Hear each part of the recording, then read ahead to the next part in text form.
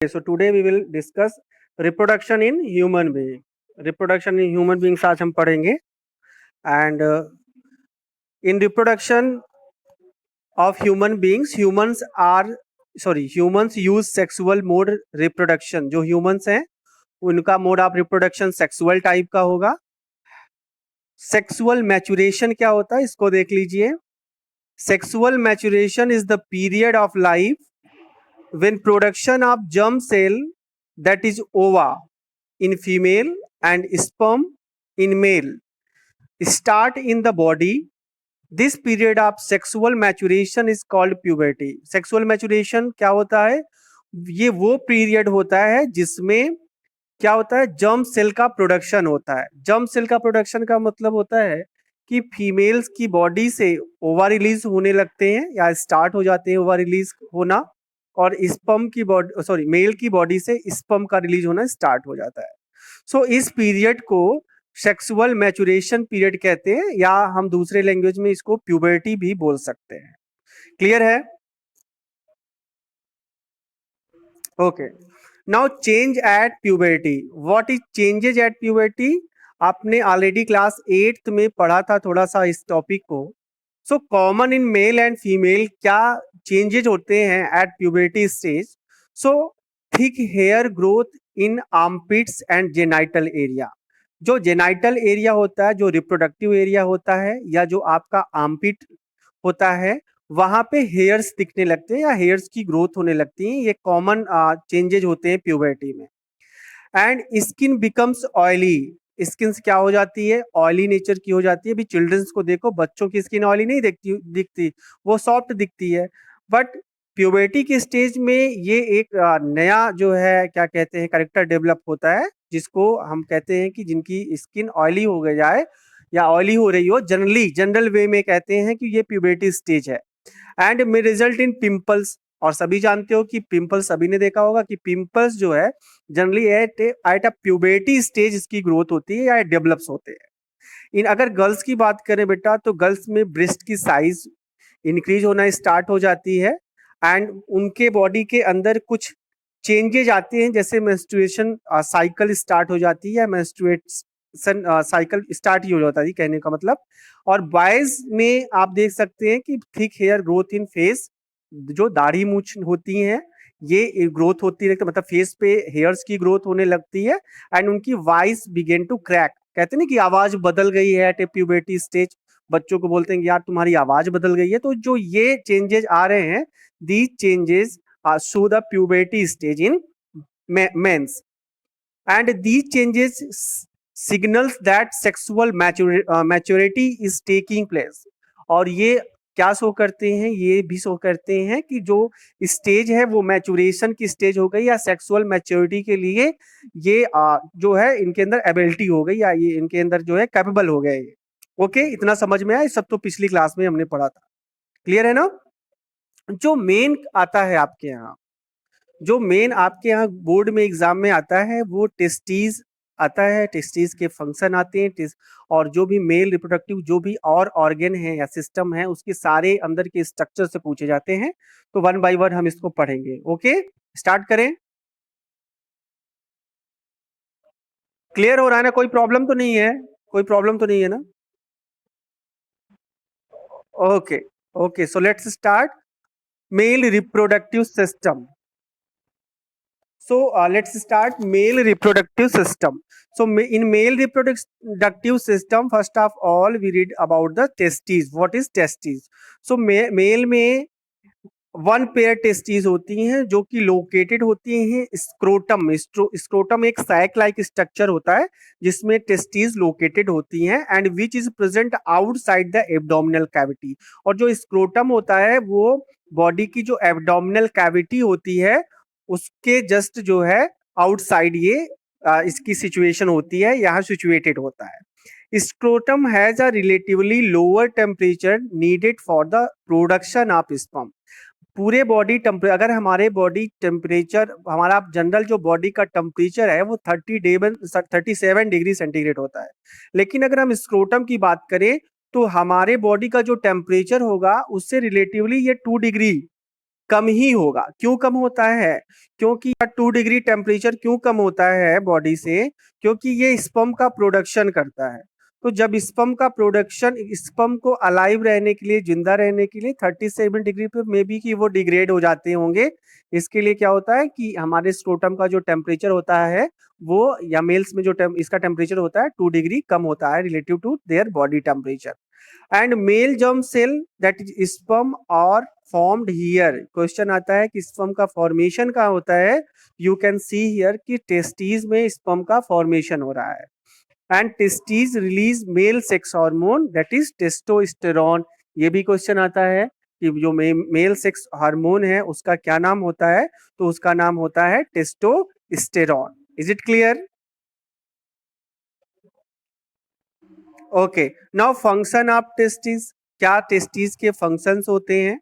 तो आप अपनी बुक को ओपन कर लीजिए। बुक में आपके डायग्राम दिया होगा, तो उस डायग्राम को ओपन कर लीजिए। जो जो नाम मैं ले रहा हूँ, जैसे टेस्टिस लो, अभी फर्स्ट डिफरेंस पढ़ाऊंगा, तो आप क्लियरली उसको देखते चले, उसकी पोजीशन को देखते चले।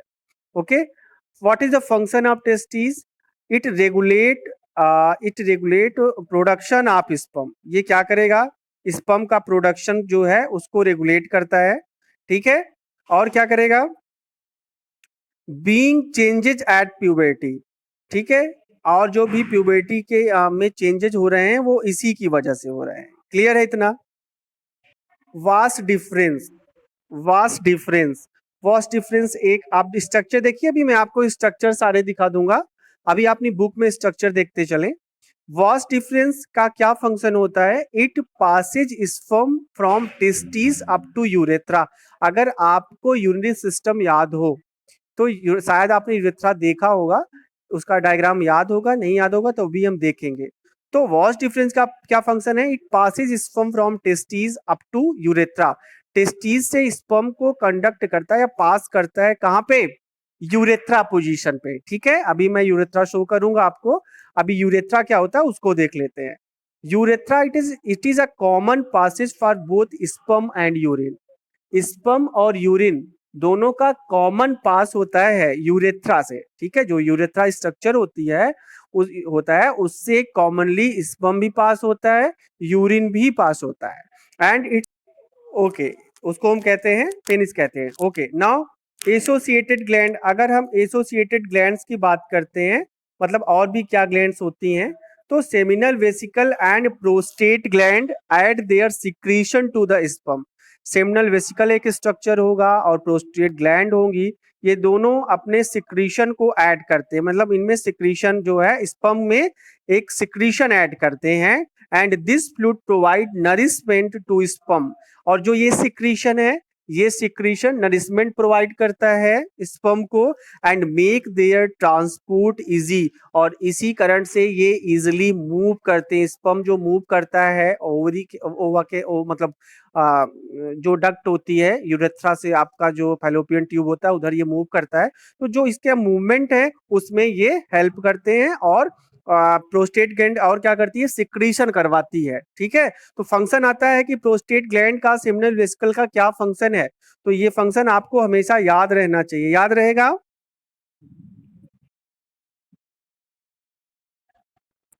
जो इम्पोर्टेंट है, जो भी इम्पोर्टेंट है, मैं साथ में बताते आपको चल रहा हूं, और जब भी आप क्वेश्चन सॉल्व करोगे तो वही चीजें आपके सामने आएंगी। Now sperm along with secretion of glands form सीमेन।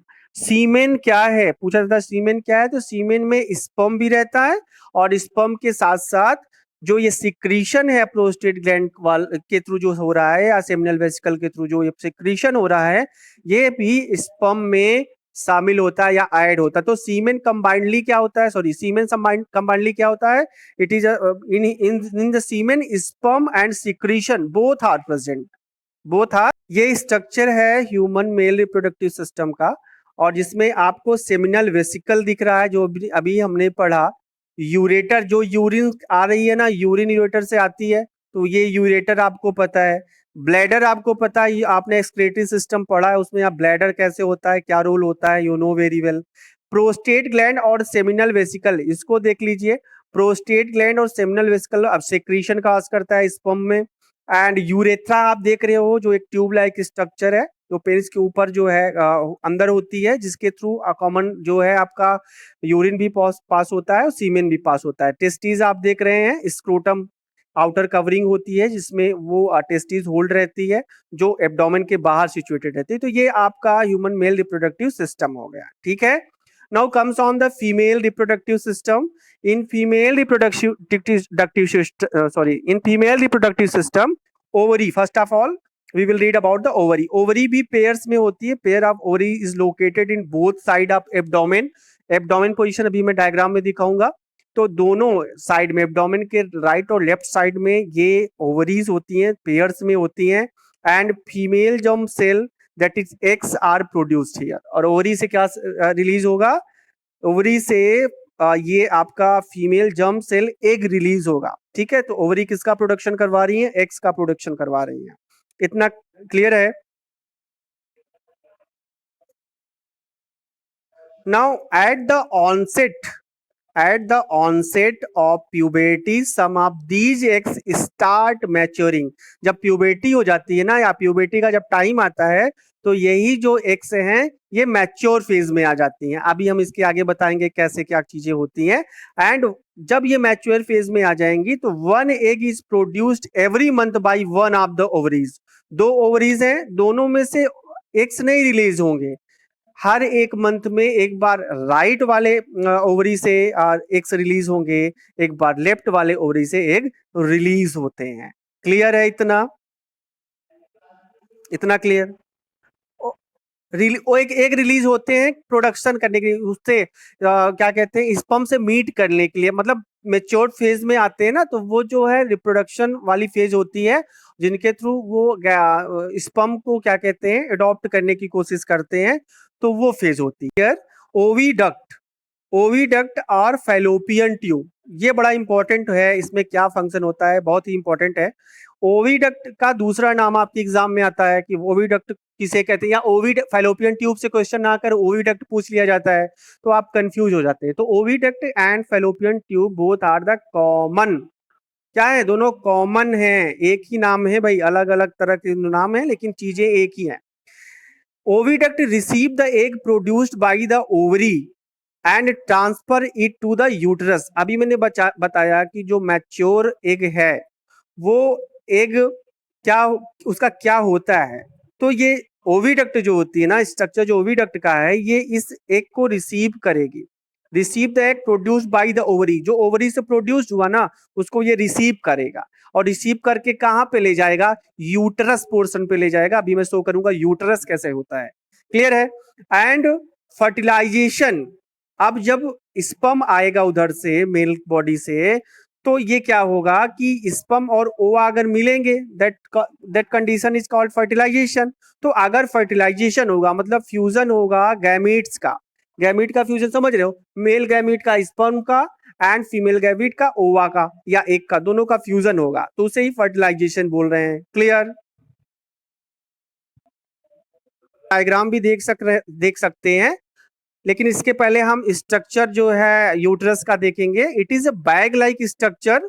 ये बैग लाइक आपको दिख रहा है, यूटरस एक बैग लाइक स्ट्रक्चर होता है जहां पे डेवलपमेंट होता है बेबी का, ठीक है। जब फर्टिलाइजेशन के बाद यहाँ पे एम्प्टेड होता है ये, तो डेवलपमेंट आपका किस जोन में होता है? यूटरस वाले जोन में होता है। And uterus open into vagina through cervix, और यूटरस आपका वेजाइना में खुलेगा, वेजाइना के बाद ये सर्विक्स में खुलेगा, फिर ये वेजाइना में खुलता है, ठीक है।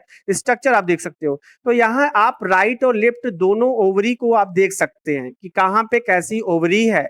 ओवरी का स्ट्रक्चर है, हर एक मंथ में अलग अलग ओवरी से एग रिलीज होंगे। यूटरस होता है, ये यूटराइन वॉल होता है इसके पास, और ये यूटराइन वॉल हर मंथ में प्रिपेयर्ड होती है एग को रिसीव करने के लिए। तो इसमें उस वक्त ब्लड की सप्लाई बढ़ जाती है। तो अगर स्पर्म जो है इससे मीट नहीं करता एग से, तो यूटराइन वॉल ये रप्चर्ड हो जाती है और फीमेल में ब्लीडिंग होती है या सेड ऑफ हो जाती है यूटराइन वॉल। तो फीमेल्स में ब्लीडिंग होती है जो हर मंथली चलती है, जिसको मेंस्ट्रुएशन साइकिल बोलते हैं, ठीक है। तो ये आप स्ट्रक्चर देख लीजिए, आपके यहाँ एग्जाम में आता है। क्लियर है?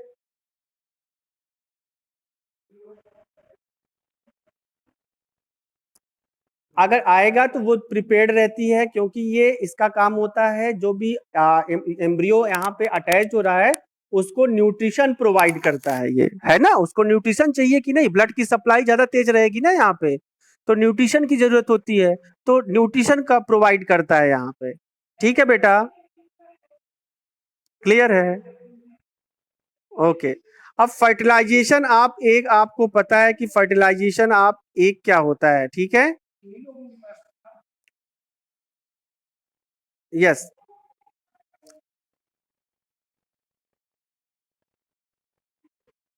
ये बेटा सर्विक्स जो होता है ये नैरो पोर्शन होता है फीमेल बॉडी का, और जो वेजाइना होता है ये उससे फ्लैटेंड होता है। सर्विक्स जब ओपन होती है तभी जो बेबी आपका यूटरस में है वो बॉडी से, मदर की बॉडी से बाहर आता है। यहाँ पे कुछ हार्मोन्स एक्ट करते हैं, कुछ यूटराइन मसल्स होती हैं वो एक्टिवेट होती हैं, और जब ये ओपन होती हैं तो यूटरस से तभी आप बेबी बाहर आता है, फिर वेजाइना के थ्रू बॉडी से बाहर हो जाता है।